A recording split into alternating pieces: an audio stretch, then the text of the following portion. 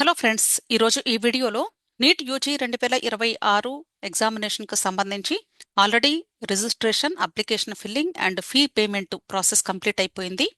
ఇప్పుడు application filling టైంలో ఏదైనా పొరపాటున మిస్టేక్ చేస్తుంటే ఆ మిస్టేక్స్ని కరెక్ట్ చేసుకోవడానికి మార్చి 12వ తారీఖు మధ్యాహ్నం 12 గంటల నుండి మార్చి 14వ తారీఖు అర్ధరాత్రి 11 గంటల 50 నిమిషాల వరకు అవకాశం కల్పిస్తూ ఉన్నారు.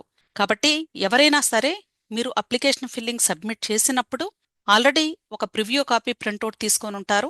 ఒకసారి చెక్ చేసుకోండి.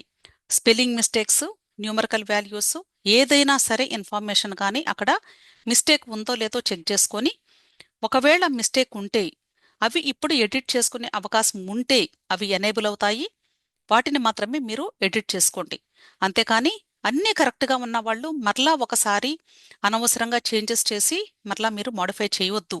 సో ఎవరైతే ఇప్పుడు కరెక్షన్ విండో కోసం ఒకసారి అప్లికేషన్ చెక్ చేసుకొని చేసుకోవాలి అనుకుంటారో ఆ స్టూడెంట్స్ నీట్ అప్లికేషన్ ఎక్కడైతే ఫిల్ చేశారో అదే పేజ్లో ఇక్కడ మీకు application number, password, captcha enter చేయమంటుంది.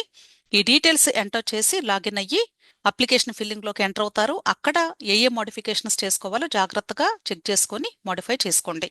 అయితే ఇక్కడ మీరు గమనించాల్సింది ఏంటంటే ఈ కరెక్షన్ విండో అనేది only one time correction window అంటారు.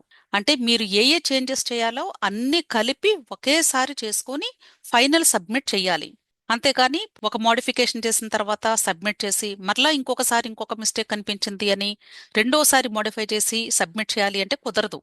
కాబట్టి మీరు కరెక్షన్స్ చేసేటప్పుడు గుర్తుంచుకోండి, ఎక్కడెక్కడ కరెక్షన్స్ చేసుకోవాలో ముందుగానే ఒక పేపర్ మీద రాసి పెట్టుకోండి. అవన్నీ కూడా ఒకేసారి చేసి ప్రివ్యూ కాపీని చెక్ చేసుకొని ఆ తర్వాత మీరు ఫైనల్ సబ్మిట్ చేసుకోండి. సబ్మిట్ చేసిన తర్వాత మీరు ఇన్ఫర్మేషన్ పేజ్ను కూడా ప్రింట్అవుట్ తీసుకొని మీ ఫైల్లో పెట్టుకోండి. అర్థమైంది కదా? అన్ని కరెక్ట్గా ఉన్నాయో లేదో ఒకసారి జాగ్రత్తగా చెక్ చేసుకోండి. విష్ ఆల్ ది బెస్ట్ అండి. వీడియో నచ్చితే లైక్ చేయండి, మీ ఫ్రెండ్స్ కూడా షేర్ చేయండి. అలాగే నా ఛానల్ తప్పకుండా సబ్స్క్రైబ్ చేసుకోండి. Thank you.